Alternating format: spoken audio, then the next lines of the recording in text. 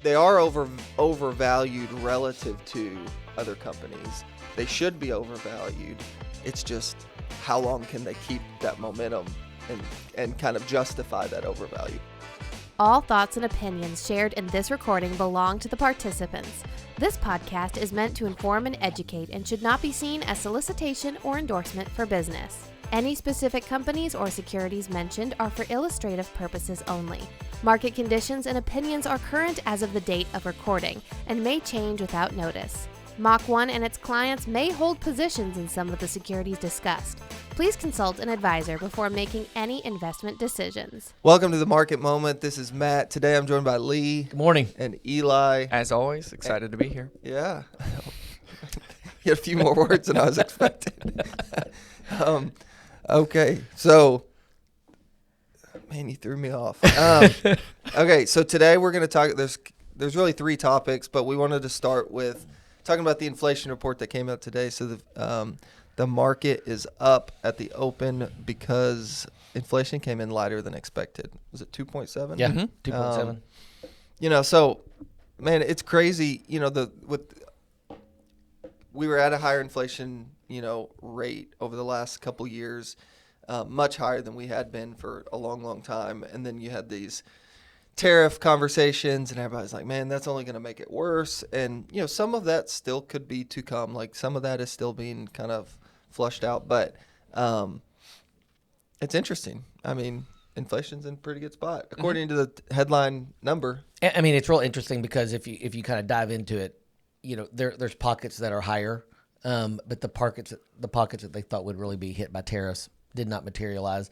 And I think the reason the markets are rallying is I think that every signal now is pointing to a Fed rate cut in September. Mm-hmm. The markets are now pricing in 3. I mean, before the end of the year. I mean, it wasn't 30 days ago that the consensus was maybe 1, if they're lucky 2. So I think that it's going to be really hard for the Fed to justify not doing something at their September meeting. Jackson Hole, I think, is next week, the big Jackson Hole conference. There was so much this pent-up anticipation of what Chairman Powell would talk about. But I think now with these reports coming out, I think it's pretty much a done deal that September. What is it that, from these reports that makes you say that you would expect him to cut rates? That inflation is not an issue right now.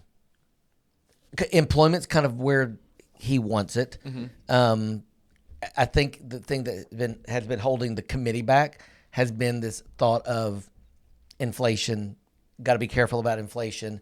And I think right now what we're seeing is it's just not materializing to what they would think would warrant.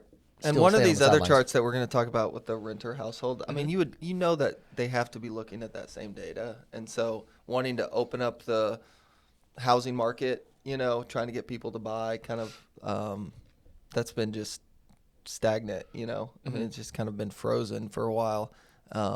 So if inflation if they feel like inflation is under control, then, I mean, I would, time will tell if it's the right thing or if they waited too long or if they didn't wait long enough. You never know till after the fact. But I assume by your question is you want to take the other side just for argument's sake? I'm curious just because inflation is still above their target by 30%. It's still 1% higher than their target of 2%. And with that, a cut is stimulus. And sure. Stimulus can be, and we've seen it especially inflationary. Back when rates hit nothing in 2021, it was extremely inflationary. So I'm worried about a preemptive cut that is just creating more inflation, and then we're back into a very similar cycle. Yeah. Now, it won't be paired with as much cash that was thrown into the economy back when the stimulus checks were coming and PPP loans. So there is a different economy today than when rates were cut last time. But I actually get kind of concerned about a preemptive rate cut that's just kind of like hey, everything's going okay, so we're just going to cut rates just for the purpose of getting housing to be cheaper or to get certain politicians. Well, and I think back. I look up too, like they could cut once or twice quarter basis points. Like that shouldn't be a massive move in terms of like inflation, or right? I mean, so it's not like they're gonna, take rates up, cut rates by 500% like they increased them a couple years ago. So, I feel like a rate cut is needed just because it's what everyone's expecting, and the longer they hold out. But I do think it can come in the form of like, hey, we'll give you one or two, but then we're done. And so it kind of like gives the market what they're wanting. Maybe it brings mortgages down just enough to kind of open up that market, but is not this accelerant where all of a sudden prices take off. And I can't remember what report came out literally, 4 days after the last Fed meeting, but it may have been the employment report that some of the members of the committee even indicated that had they had that data a week or 10 days before, their vote may have been different.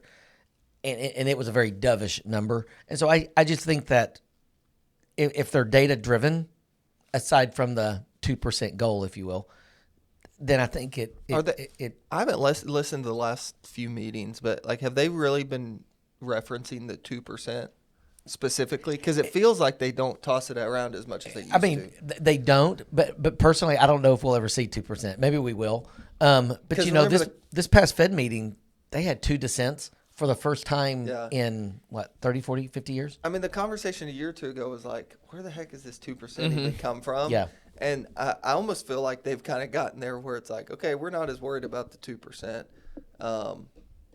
We just want it to be lower, and we're not necessarily tied to a specific number. But that's just more my feel. I haven't dug into the transcript from the. I mean, at quick AI search, it said that he referenced that we're above our long-term objective of a 2% target.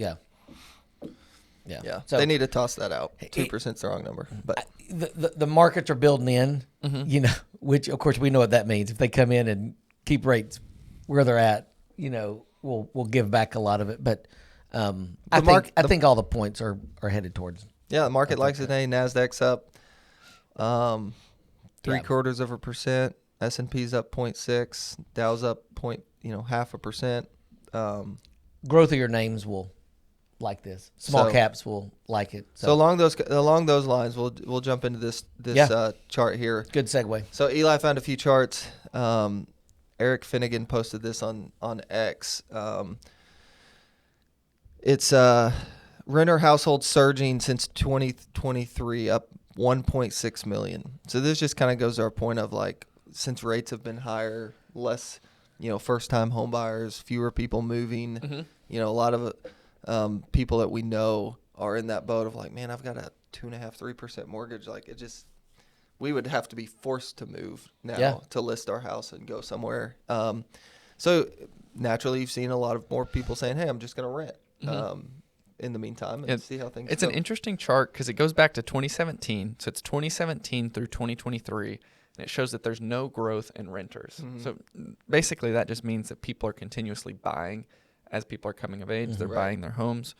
And then from second quarter of 2023 to the second quarter of 2025, it's up 1.6 million. And I don't know if this is a chart crime or not, but it looks like a drastic in percentage increase. It looks like a pretty drastic increase. Well, and I mean, I attribute it to 2 things: higher rates and higher prices. I mean, you just cannot afford. I mean, a lot of people cannot afford homes right now.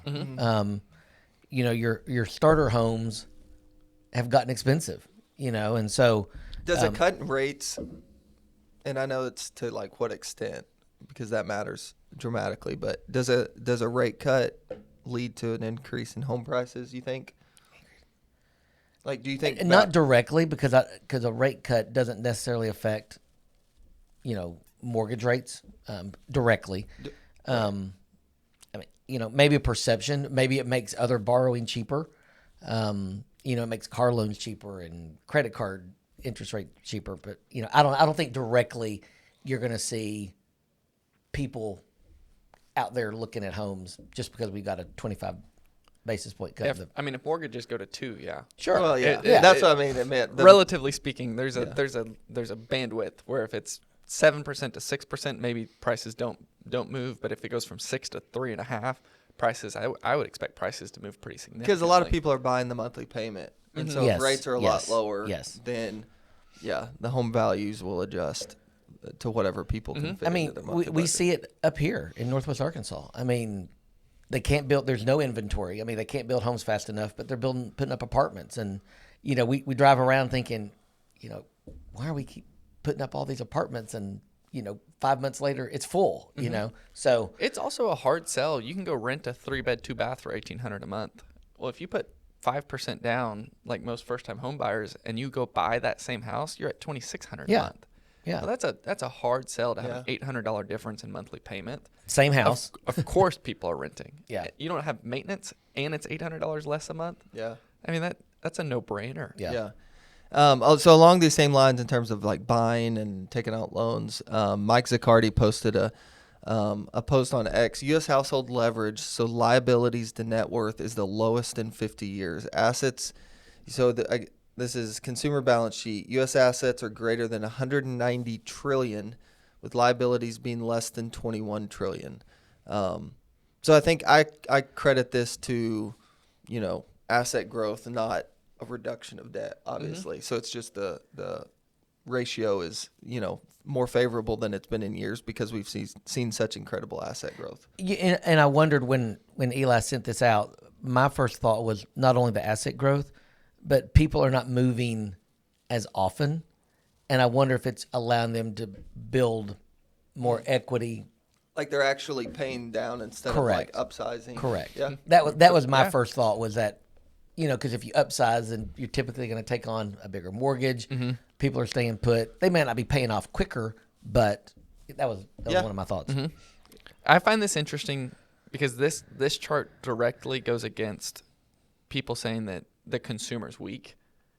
Now, this is going to primarily lean towards the middle to upper class on the data that really is heavy on this, but the consumer is not weak when you look at something like this. The households are at the strongest net worth balances that they have ever been. That is not a weak consumer. A weak consumer is over-leveraged, like in 2008, over-leveraged, causing them to not be able to meet their debt obligations, whereas this chart kind of directly goes against that philosophy or idea. Yeah. People that own assets have done well. Whether that's stocks, real estate, it's been a good handful of years, and helped true up the balance sheet. Yeah. So, and then last post. So this is Peter Maluk. A lot of you, I'm sure, are familiar with Peter. So the S&P 500 has never been more concentrated in just 10 stocks than it is today, with the biggest U.S. companies representing over 38% of the index. So yeah, I mean, this just, this, we've said it before, we've had this conversation, but this, it's not a good or bad thing. It's just facts, but it is something to be aware of. If you go buy the S&P 500, if you go buy an index fund, you are much more concentrated than I think a lot of people realize.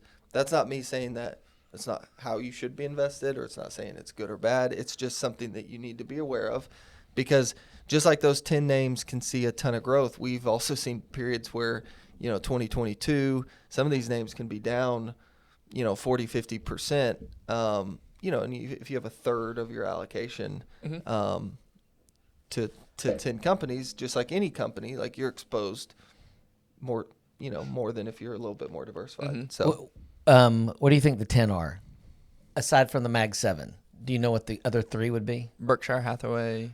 That's one. Well, 2 are the same. 2 are kind of the same. Tesla. Okay. And then Google with the L, and then Google without the L.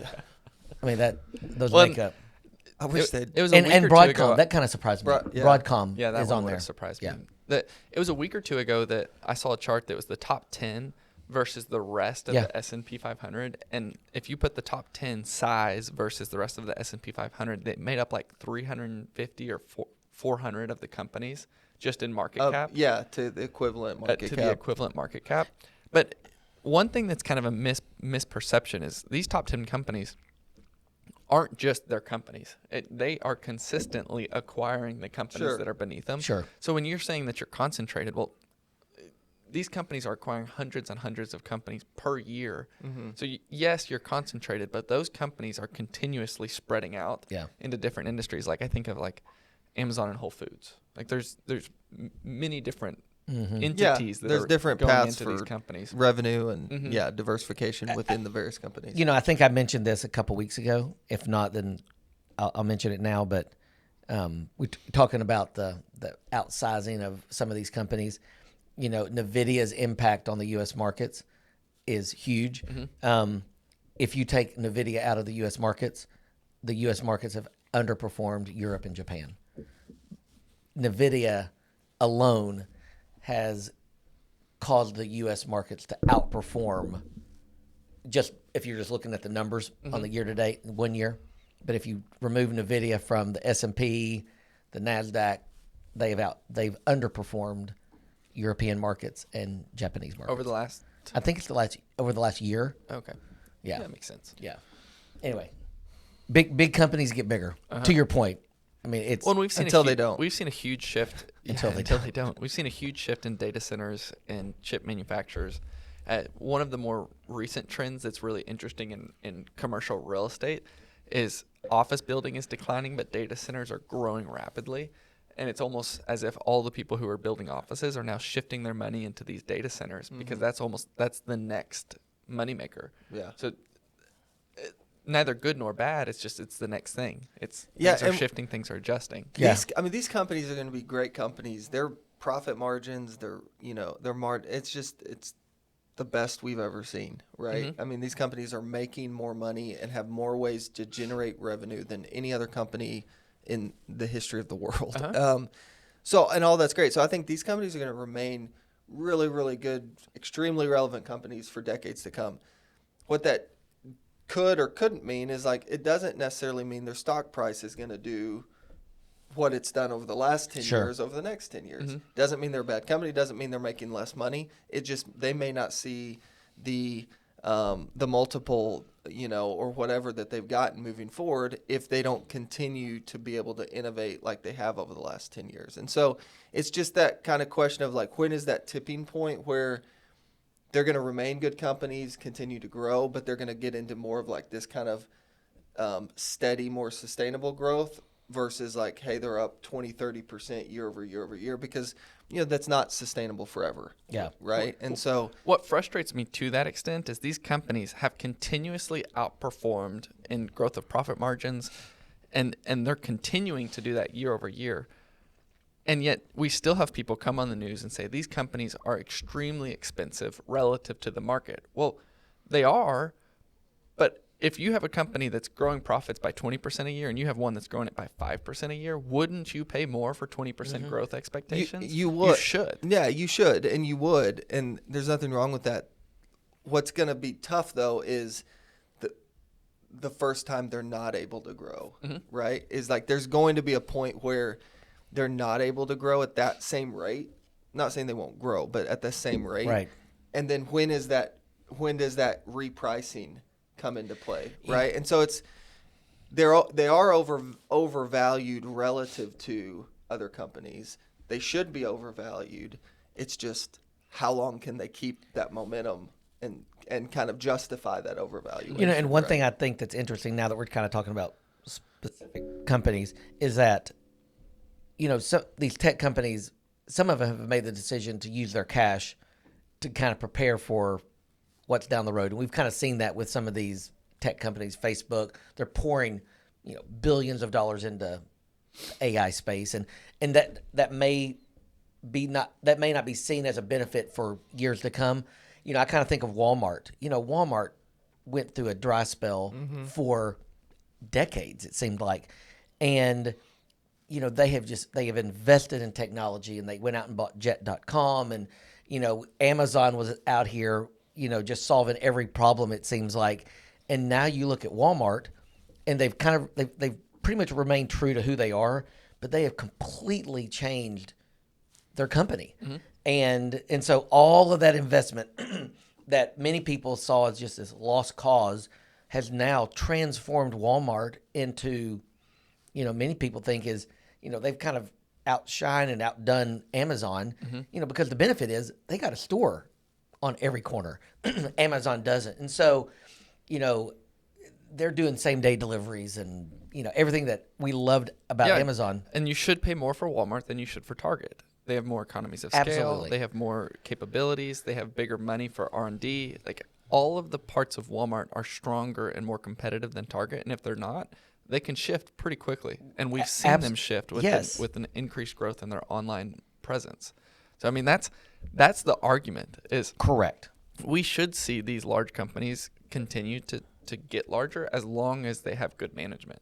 And as soon as we start to see a shift of good management or just a large market shift in some form of demand, that's when definitely we'll see a repricing. But right now, I don't foresee a repricing. No, I don't either. My whole thing is it has been as easy, and it probably will be for a while, as, hey, buy 10 names and you'll compound at 20% a year. Sure. I mean, it's kind of been that. My whole point is those are going to be good companies and you should absolutely own them. It just may not be as easy as, hey, if you want to compound at 20, you can buy the same 10 names every decade moving forward. It's not going to be that. Totally agree. But these companies aren't going. I mean, they're not going anywhere anytime soon. No, they're not. And the one company in that top 10 list that has been such a head scratcher lately, has been Berkshire. Mm-hmm. They've done nothing, from a stock price. Mm-hmm. And many people think, and I think they would also agree that, they're holding what, $400 billion in cash, and I think it's like 30% of their. Yeah, well, and I think to be honest, one of the biggest names. This may be controversial, but because I think you make a really good point. These businesses have bought, and they're so broad. I mean, you think of Amazon and Apple and Walmart. Yeah. I mean, NVIDIA isn't to that point yet, right? I mean, they're extremely concentrated in terms of where their revenue comes from, and so that's more of an example of a massive company with a huge market cap that if they don't make strategic, business decisions and diversify, and the markets shift away from, hey, now all of these companies are making their own chips and making, NVIDIA has a ton of exposure there. Yeah. They're dependent upon everybody buying theirs. And if you own a growth mutual fund, Lord knows you have NVIDIA. Oh. If you own any form of growth-oriented mutual fund, if you pull up the exposure, you probably have a 5+% exposure to NVIDIA. And we talk, and I fall victim of this all the time, but talking about the Mag 7, as if they're one and the same, right? And they're all very different, very unique companies being ran in very different ways with different exposure. And I can't remember who brought up the Walmart Target. I did. Walmart's PE 41. Target's is 13. Yep. I mean, understandably so. And a lot of people, they're the same store. They're the same. No, they're not. They're very different. But I'd be willing to pay a 41 PE multiple on Walmart, any day versus Target right now with their business model and so forth. It's just like any growth when the pressure is on, because it's to continue to justify it. They've big Doug fan. Doug's done a great job, and they've innovated and adjusted, and man, he's got them on the right track.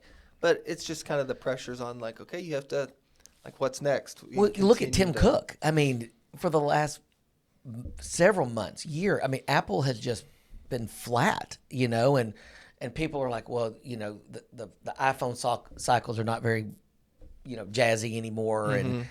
Yeah, what's next? And people get super annoyed when it's the big new update. It's well, they added a third camera. Correct. I mean, it's kind of well, whoop-de-doo. And now Apple, to your point, they've been flat until the last 3 weeks, and they're up 25%. And I'm sure Tim Cook was sitting back saying, we're making the investments. We've been priced to perfection for so long. I think my takeaway here is when you buy stocks, you have to keep in mind, unless you're truly trading, right? You're trading on technicals and momentum and stuff. You're buying the ownership in a company. And so you have to go into that, like, do I believe in what this company is doing, and am I going to hold on to this? Because you have to know, regardless of how big, how good, how bad a company's run, if you believe in it, like, regardless of if you believe in it, there's going to be stretches where the stock price doesn't do what you think it should do, right? It might go into a multi-year kind of lag of where it just doesn't do anything.